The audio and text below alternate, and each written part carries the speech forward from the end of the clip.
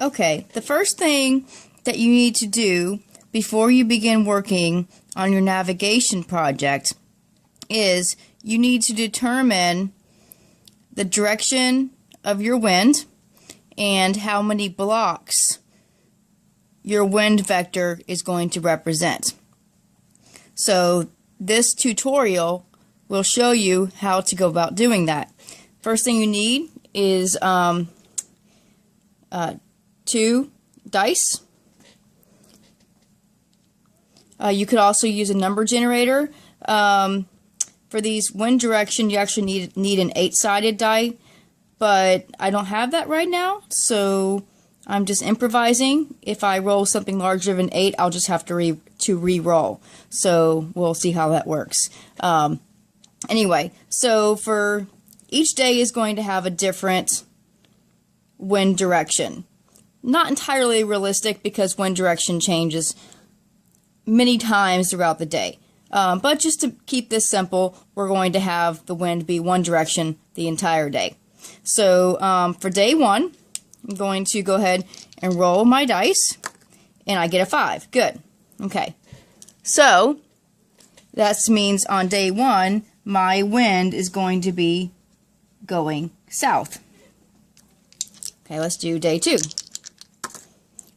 That looks like it's larger than 8, so roll again. 6. Okay, good.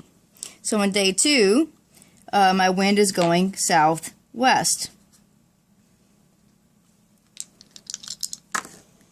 Day 3, I got a 3, so my wind will be going east.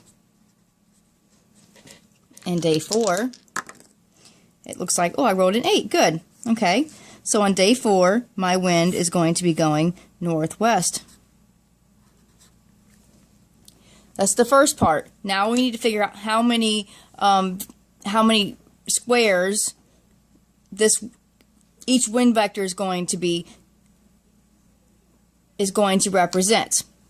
Now, what that really represents, it's actually the length of the wind vector, but remember, the length of the wind vector actually represents the wind speed.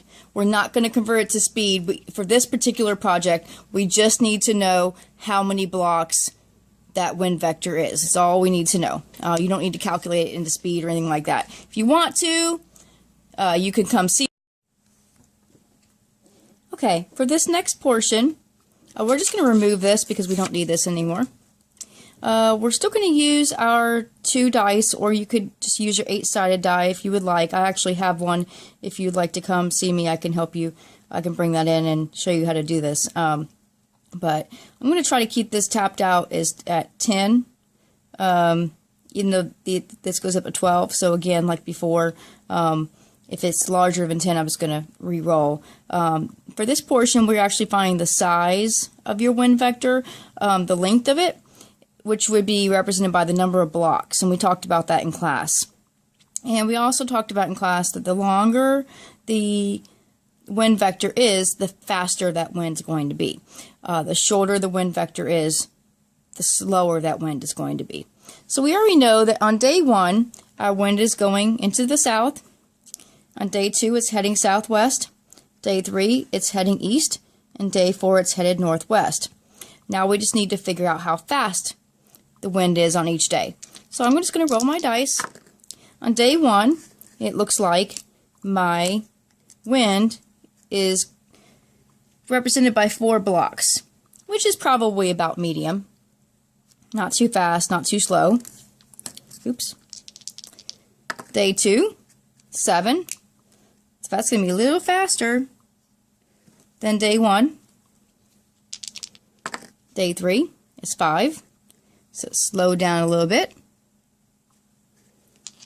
And day 4 is 7. So there you go, and you are ready to actually plot this on your map. So I will see you on the next video.